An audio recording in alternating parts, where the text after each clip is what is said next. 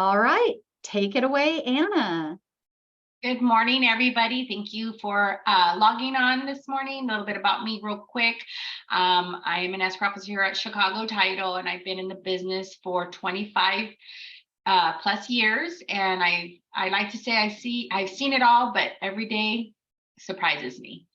Today's class is going to be about the investment properties and your transactions. We're touching on what just a quick summary. If you are a listing agent representing an investor, a seller that is selling a piece of property and it was an investment property, and we are going to be covering items that you should know about if you are a selling agent representing a buyer that is purchasing a property that is an investment property, whether it's being sold as an investment property or your buyer purchasing a property as an investment. So just a couple of things that we will be covering. Okay, so having said that, we're going to do a little commercial on some things that you'll be hearing from your sales reps that are out on the horizon, and it's our Start in Here program. It's a program it's a information gathering program. And what happens is when we get an escrow opened, as long as we have the information for the buyer and the seller, that it includes an email address and a cell phone number, they will get an email from the escrow officer stating, congratulations, log into the portal, and it gives them a code to get into the portal. And that's how we get all our information from the buyer and the seller. And it helps with your transaction run a little bit more smoothly.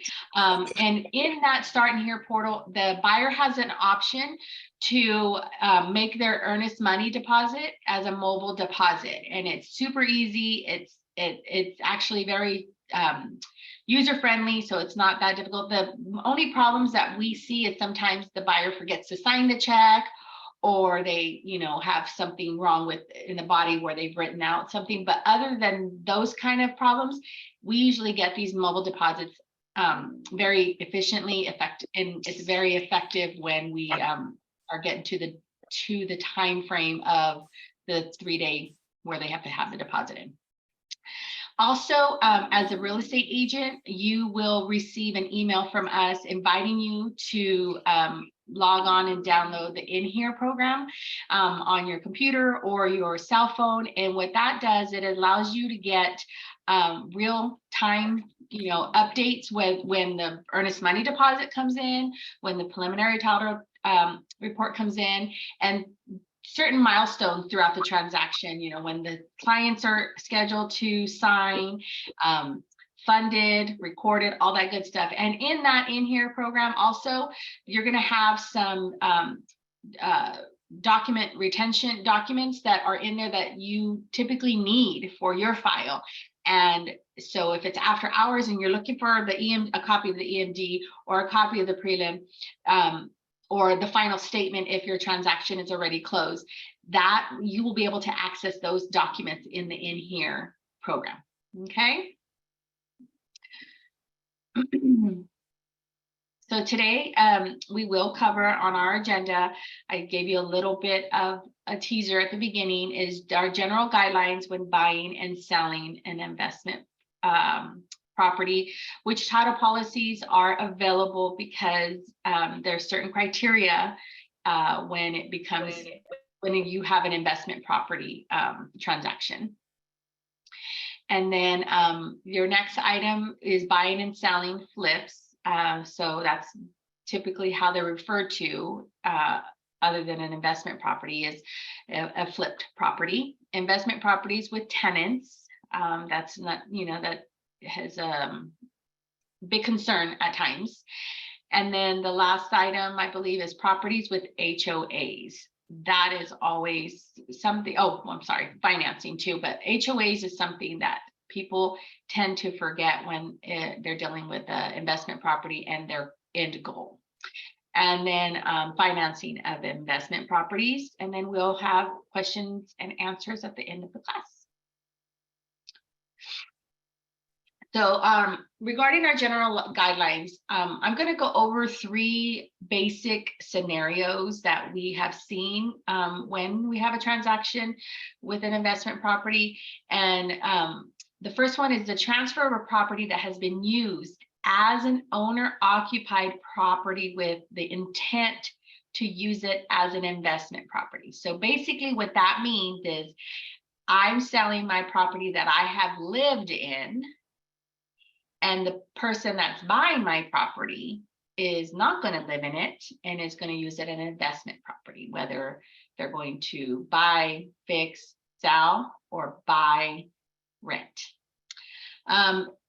Transfer of a property that has been used as an investment property with the intent to use it as an investment property. So it's all currently an investment property and the person buying it is going to continue using it as an investment property.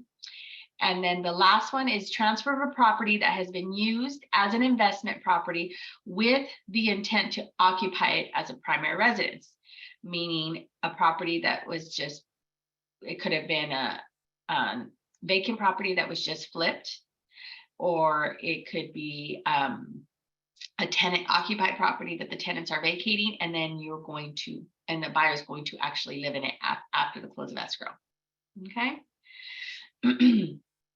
So on scenario number 1, where I mentioned owner occupied to investor, basically when you have that transaction, depending on where the property is located, that property in itself could qualify for a Alta homeowners, which is one of our highest covered policies.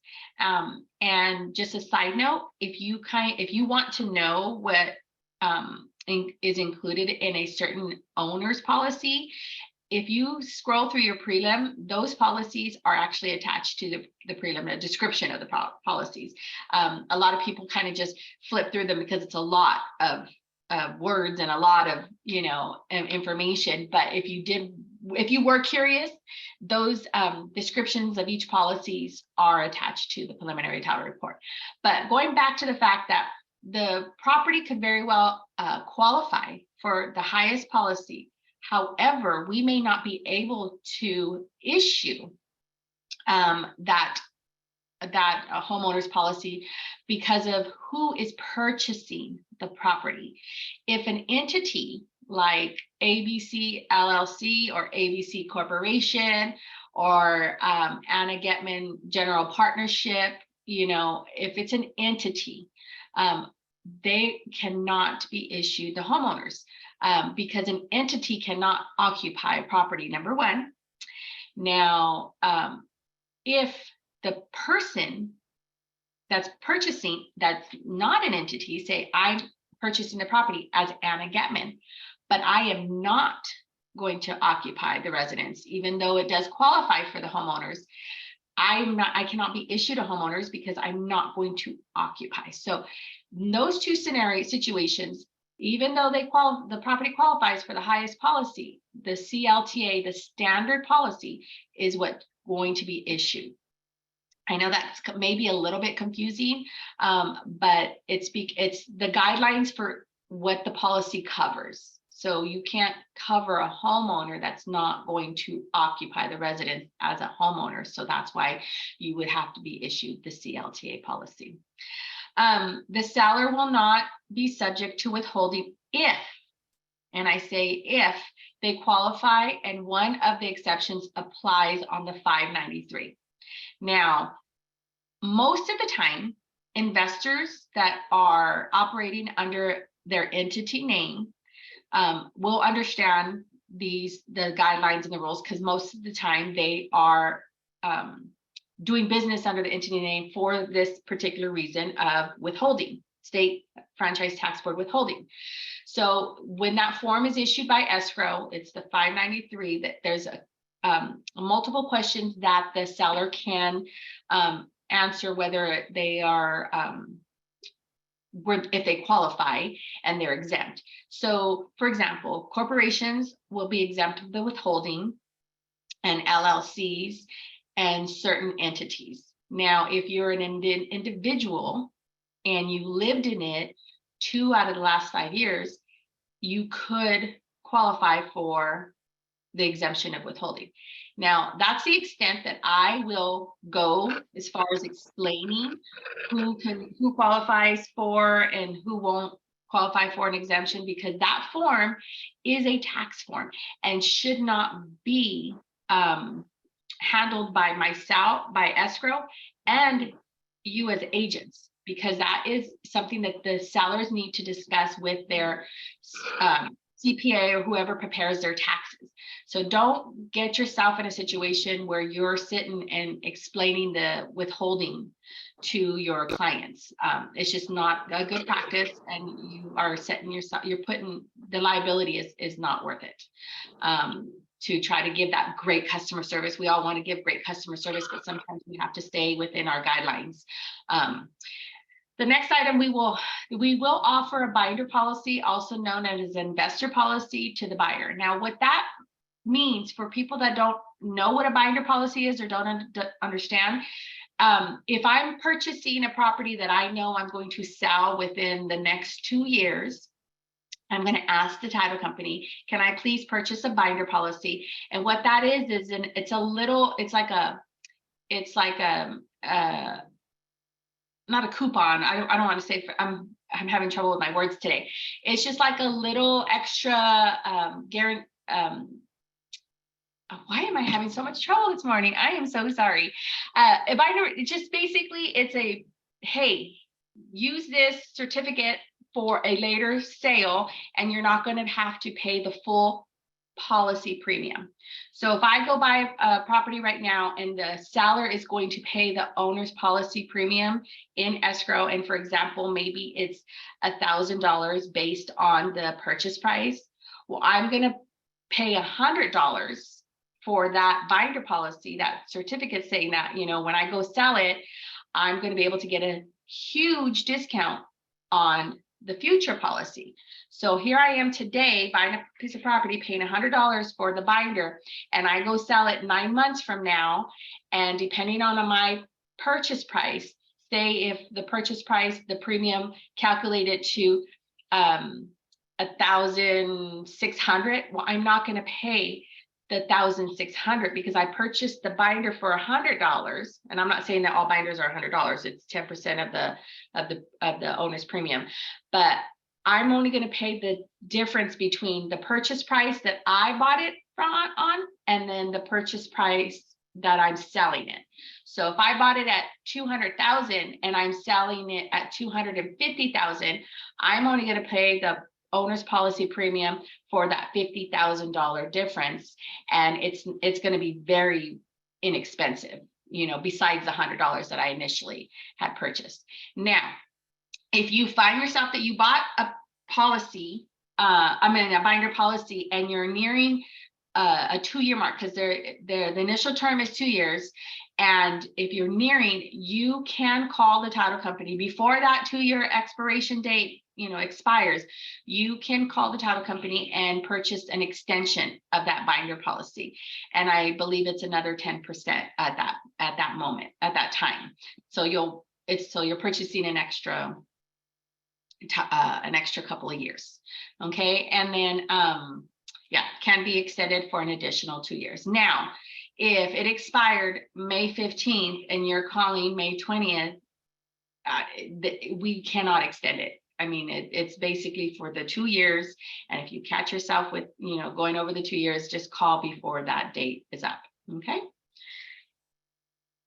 Scenario number 2, transfer of a property that has been used as investment property with intent to use as an investment property. So basically rental being sold and purchased, and then it's going to stay a rental, or if it was just, you know, a flip, and it, you know, being bought to make into a rental as well.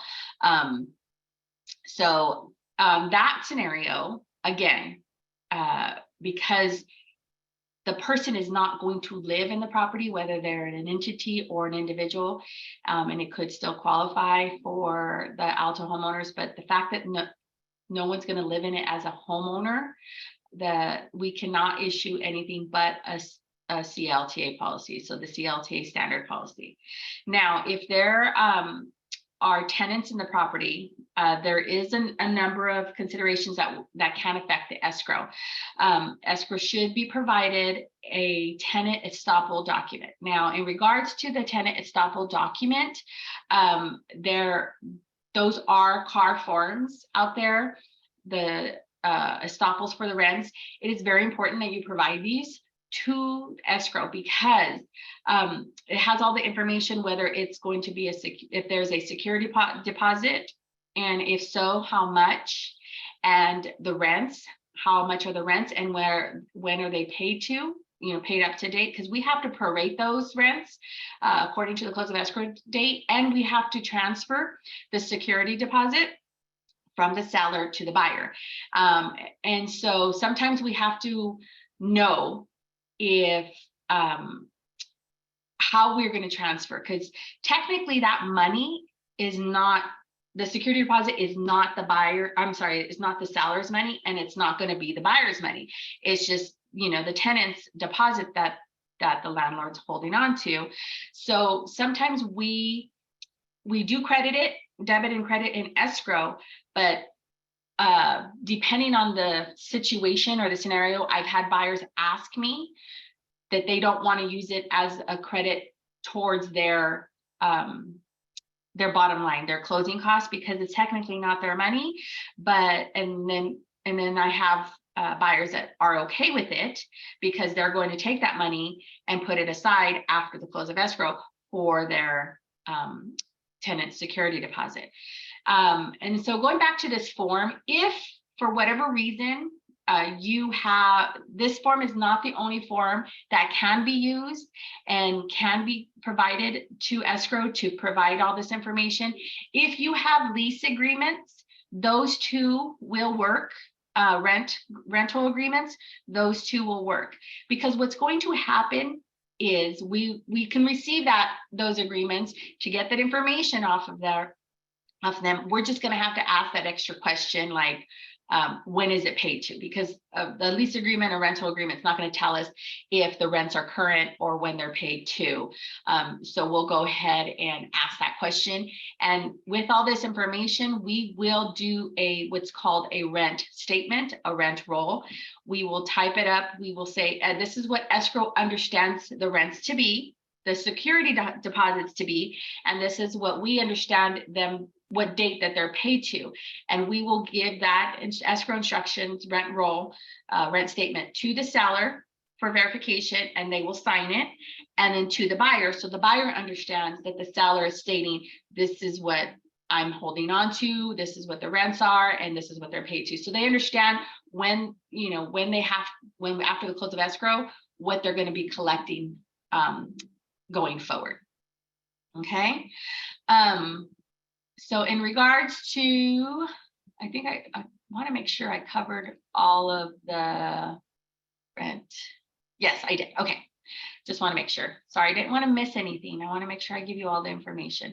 So scenario number 3, transfer of a property that has been used, an investment property, with the intent to occupy it as a primary residence. So this scenario, if the property, I know you're saying, why would you continue saying this? Because it's very important that we make sure that you understand that if the property qualifies, put aside whether it's an investment property or not, or investment transaction, if the property qualifies for the Alta homeowners policy, in this scenario, we would issue it. Okay, because the person is going to occupy it as a homeowner. Now, to just kind of elaborate a little bit about what makes a property qualify for this, homeowners, it's basically the location of the property. If it's meets and bounds or township, I know those words maybe not make sense to you, but these are the words that you will find in a legal description. And typically those properties that have those type of legal descriptions, like, rural properties, they typically are not going to qualify for this type of a homeowner's policy. But if it's a lot and tract, most likely they're going to qualify. So I just wanted to do a little bit side note because I know I keep saying the same thing about if the property qualifies. That's just a little snippet of what it means to qualify. And then seller may be subject to withholding if they are an individual. Okay, so if Anna Gettman is selling this investment property to a buyer that's going to live in it, and I don't qualify for any of the 593 exemptions, I will be subject to 3.33% of the purchase price as a withholding. Okay, unless like I said, one of the items on the 593 pertains to me, then I would not be exempt. Okay, if the property is being financed, it is very, very, very, very important that invoices be submitted to escrow early in the transaction so that the CD is correct. Now, a lot of you are saying, well, what does that have to do with my buyer's CD if the seller has invoices? Most lenders, anything over $5,000, because escrow is our fiduciary duty, and we are instructed to provide both sides of a estimated closing statement to the lender. And if the lender sees something over, most lenders have guidelines that if anything over 5,000 that's on the closing statement, they want an invoice or they want something of what it is and why it's being paid out of escrow. And it's just lender guidelines. I can't tell you, I'm sorry, I can't tell you why these guidelines exist. It's basically a lender question maybe, but most lenders will ask escrow for the invoice for anything that's above 5,000. So when we're at docs and your seller wants to pay, I don't know, a partner through escrow, most likely that's not going to be able to happen because of proceeds have to go to the entity.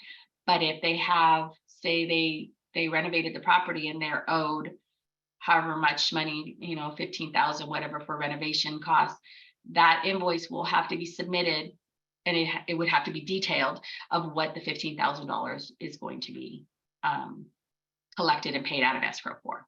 Okay, so very, very important that happens, because it could be a speed bump at the 11th hour when we're trying to close and we have docs.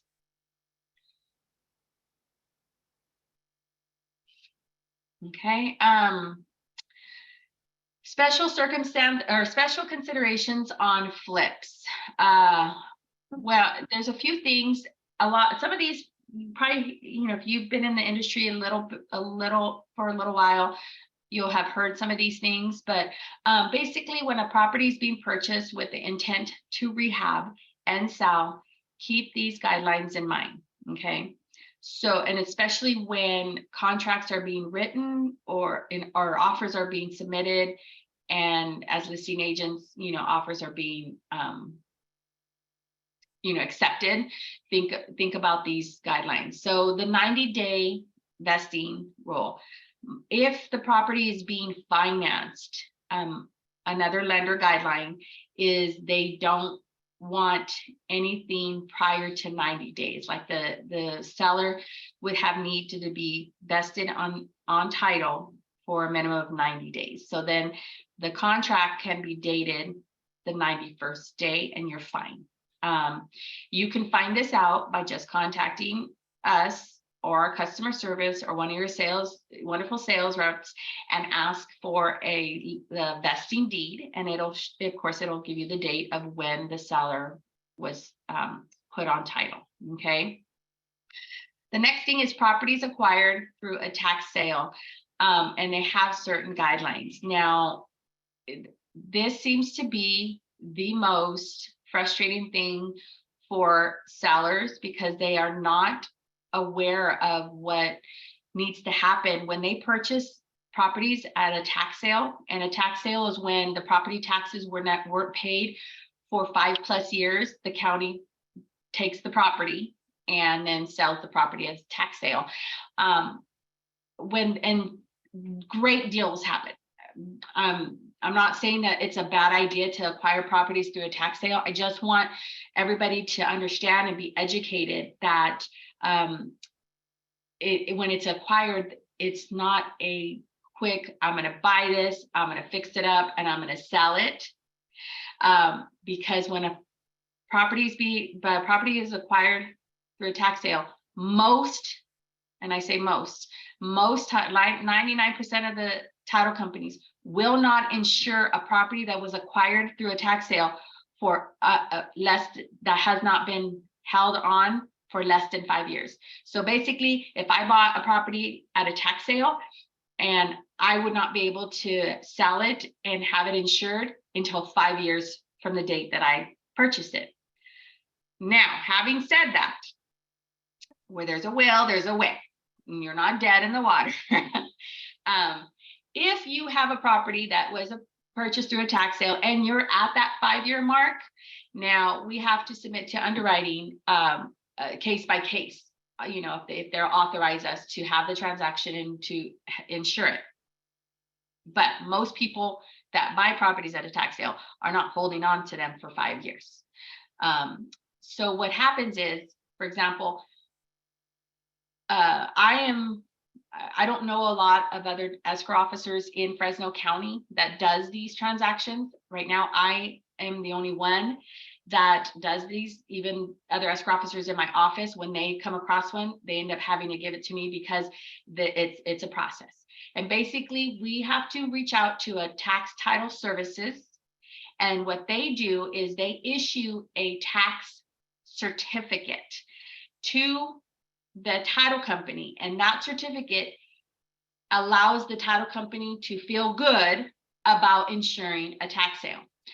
The reason why is because there's some risk in acquiring a property as a tax sale, because we don't know if the tax office, whatever tax office sold the property in the tax sale, whether it be Madera, Fresno, whatever the case may be, we don't know if they properly notified, all creditors. We don't know that. And so what this tax title service does is they do all the investigation and they do all of the legwork to figure out if it was done correctly. And if so, then they can issue that certificate to the title company, and that title company will then feel good about issuing or insuring the property.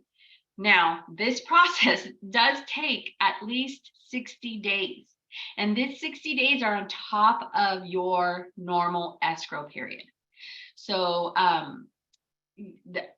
if you find yourself in this situation, just please be patient, because even for right now, I have a tax, like I told you, I have these all the time.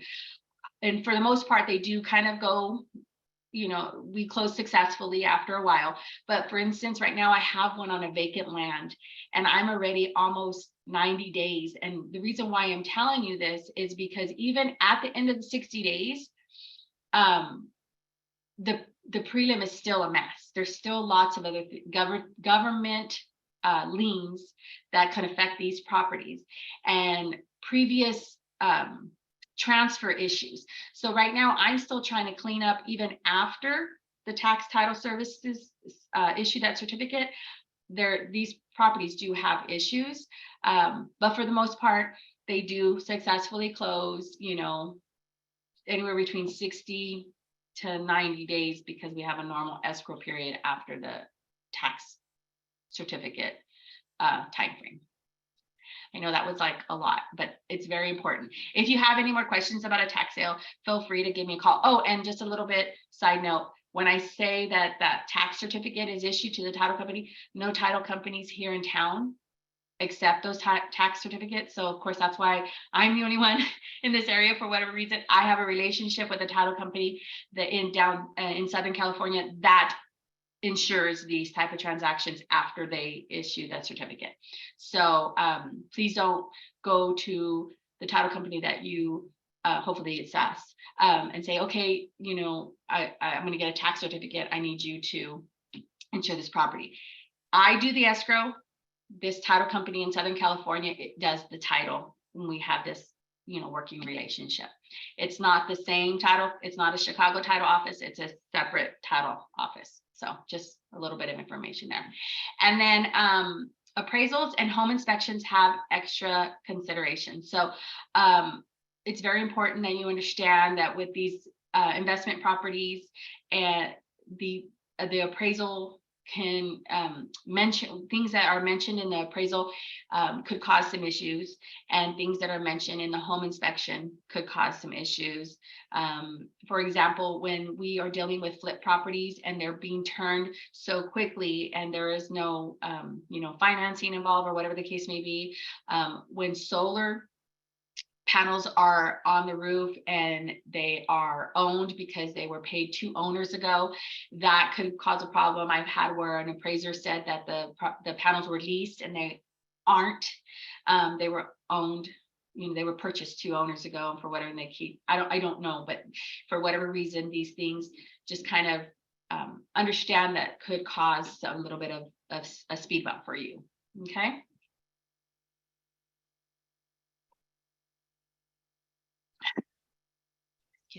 Special considerations for properties and HOAs. Okay. HOAs alone, whether it's an investment property or not, it's a process to obtain the package and to do all the good stuff to make the upfront HOA payment to receive the package. But if you are working with an investment property, that if there are guidelines on the percentage of the owners that must be owner occupied in that homeowners association, work directly with the HOA to learn whether the buyer can use it as a rental.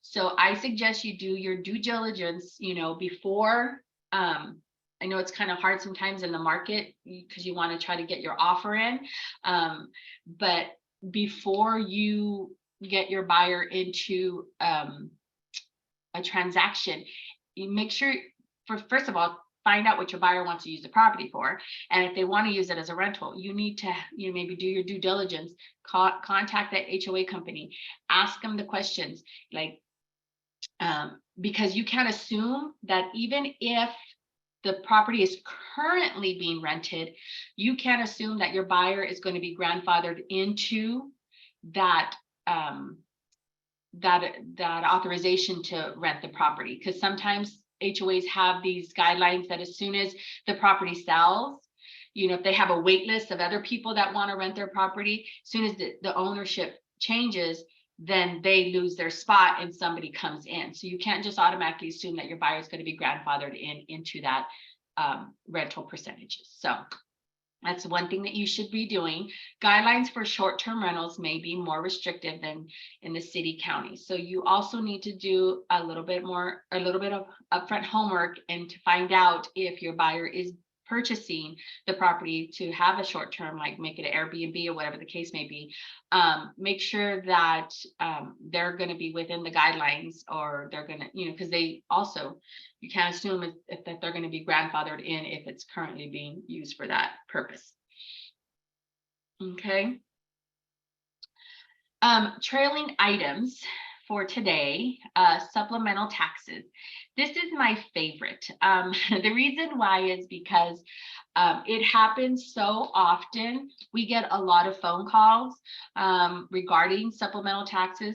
When a seller only holds on to a property for a short period of time, buys it, fixes it, flips it, the tax office can't keep up with these type of sales happening so quickly, because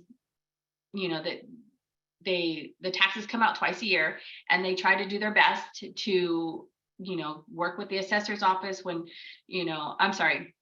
with the recorder's office to get all the transfers and to figure out the difference in purchase price and from what it's being assessed at.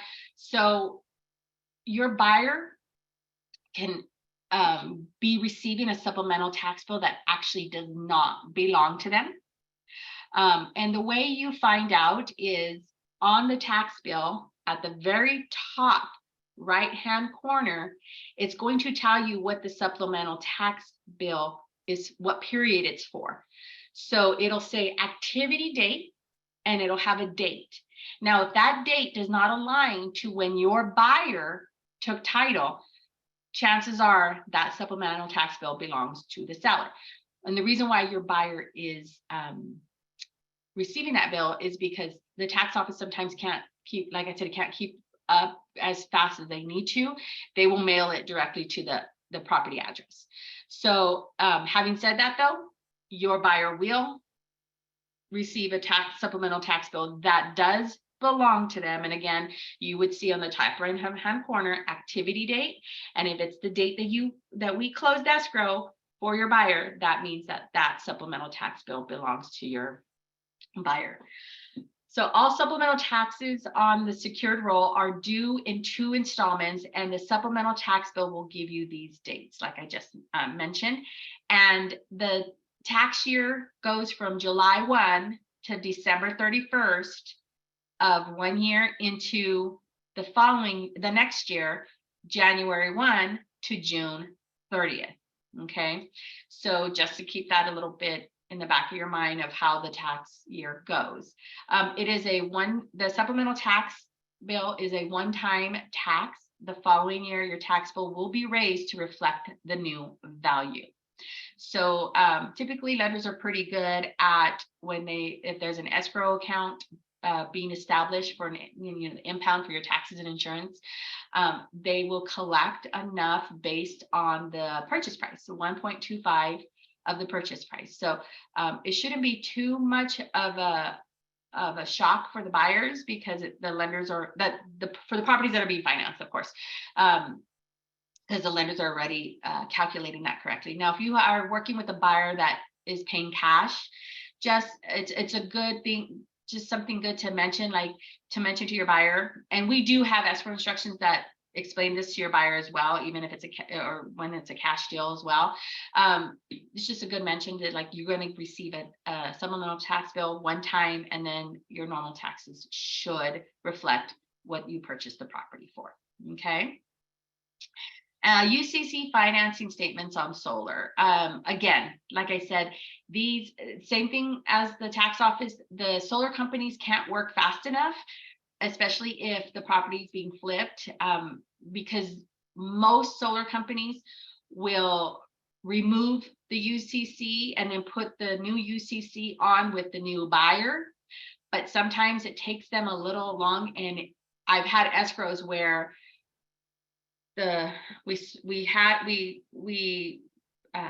it with the investor buying it, and then it went into that person. It was supposed to be put in that name, but he or she had already flipped the property, and the UCC was still showing 2 owners ago. So just keep that in mind, that if you are dealing with an investment property that has solar, not that it's an issue or a problem, but it's good.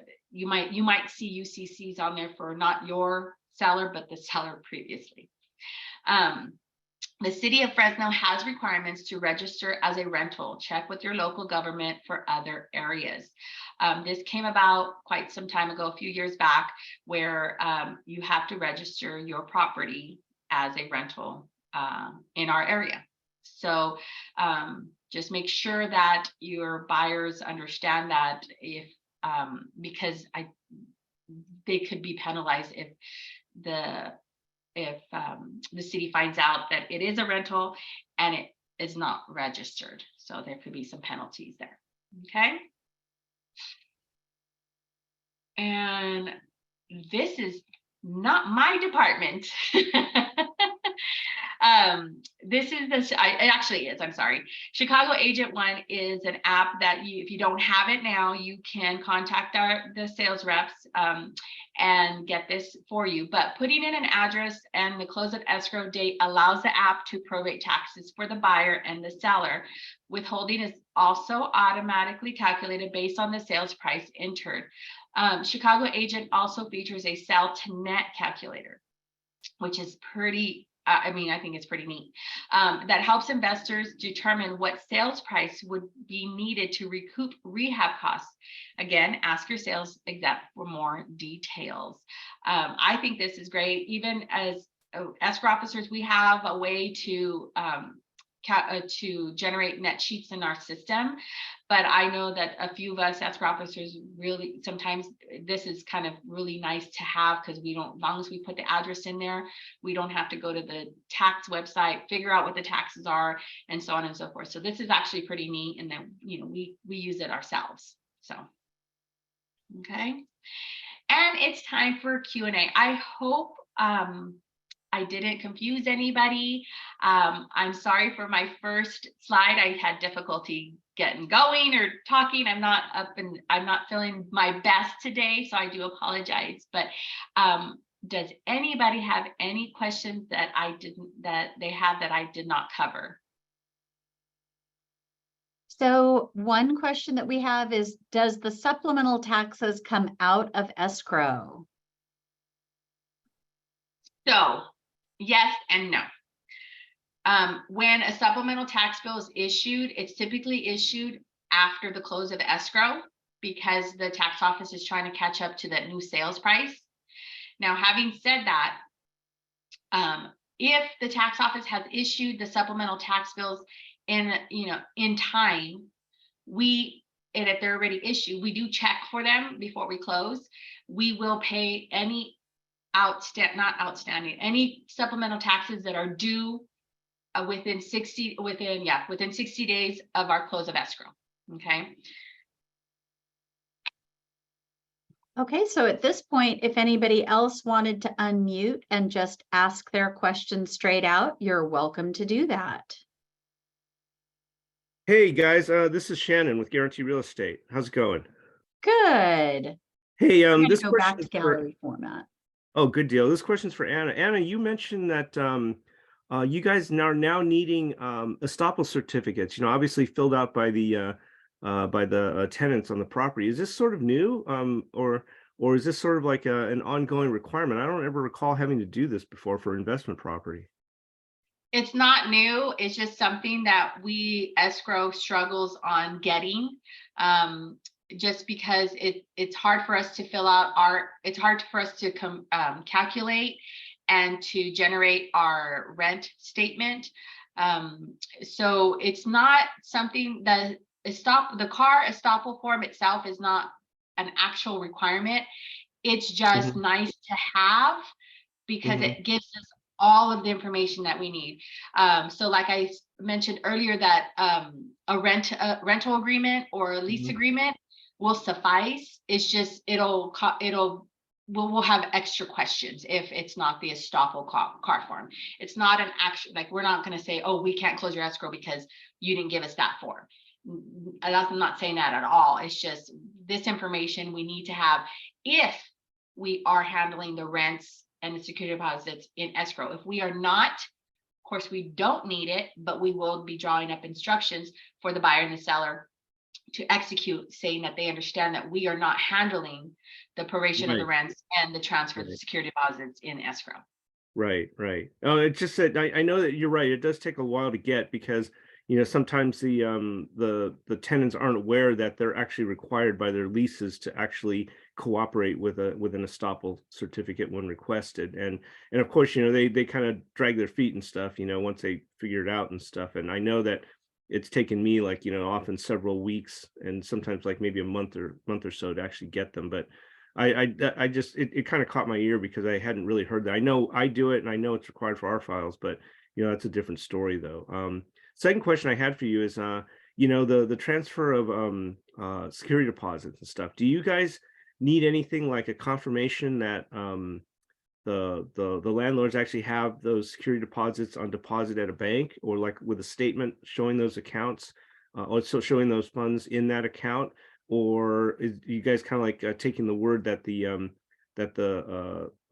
seller / landlord is going to actually have that money available to transfer over to the new buyer, and for them to take that security deposit money and deposit it as well? Because I know sometimes this is the case I've seen too. Sometimes some of these landlord sellers have the money, but it's just maybe in a different account, or maybe they haven't really saved it in a certain account specifically labeled security deposits, and maybe it's working capital, so they've got to probably shuffle money around from other accounts and stuff. So What's your requirements or what's your experience in that regards? We don't require to see the actual documentation of the funds on deposit. Our rent statement that we draw up, it's a form of our escrow instructions. We put in there that we understand the security deposit to be $1,000, and in Okay. escrow we will be deducting that $1,000 from the seller's proceeds to either credit the buyer that deposit, or to actually write a check in escrow to the buyer, so that that amount is not used to credit the bottom line of their closing costs. Right. So we don't actually ask for documentation for their deposit on hand, but we do handle that transfer for most cases. Now, I've had where there's a property management company. Oh, that, yeah. yes, I've had cases where the so of course I can't be debiting the seller their proceeds, that deposit, because they actually don't have that deposit themselves. A property management has it. Right. And we have certain instructions where we use that that process has to be handled outside of escrow, because technically the property management company is not a party to our escrow. So we have no way of getting them involved in our escrow instructions to, mandate them to transfer the deposit from, because the buyer may not use that same property management company. I know. That's highly likely too. Maybe they probably have their own people too. So yeah, so we have instructions on how we're going to handle that scenario, but 90% of the time it's debit credit, or debit write a check at closing to the buyer. Okay. And then third and final question is, have you guys had to handle any, and I know it's probably not as current as it was then, but have you guys ever had to handle any cryptocurrency transactions involved where, maybe it was a part of the down payment, or maybe it was some other form of asset management, maybe not necessarily taking rents in cryptocurrency, because I don't know any landlords who would actually do that, but maybe a portion of the down payment would need to be wired from a crypto account or something. No, right now it's just the US dollar currency in the form of a wire or cashier's checks. I don't foresee us in any kind of, it's just because I don't like to use the word volatile, but that kind of currency is, and we are, we have a trust account. We, our third mutual party, it's our fiduciary duty to keep all funds safe, and in order for us to do that, it has to remain in the the US dollars. Yeah, of course. Yeah, maybe a conversion beforehand or something. So Mm-hmm. okay, yeah, that's all I needed. Thanks a lot. No problem. Thanks, Shannon. Any other questions for Anna?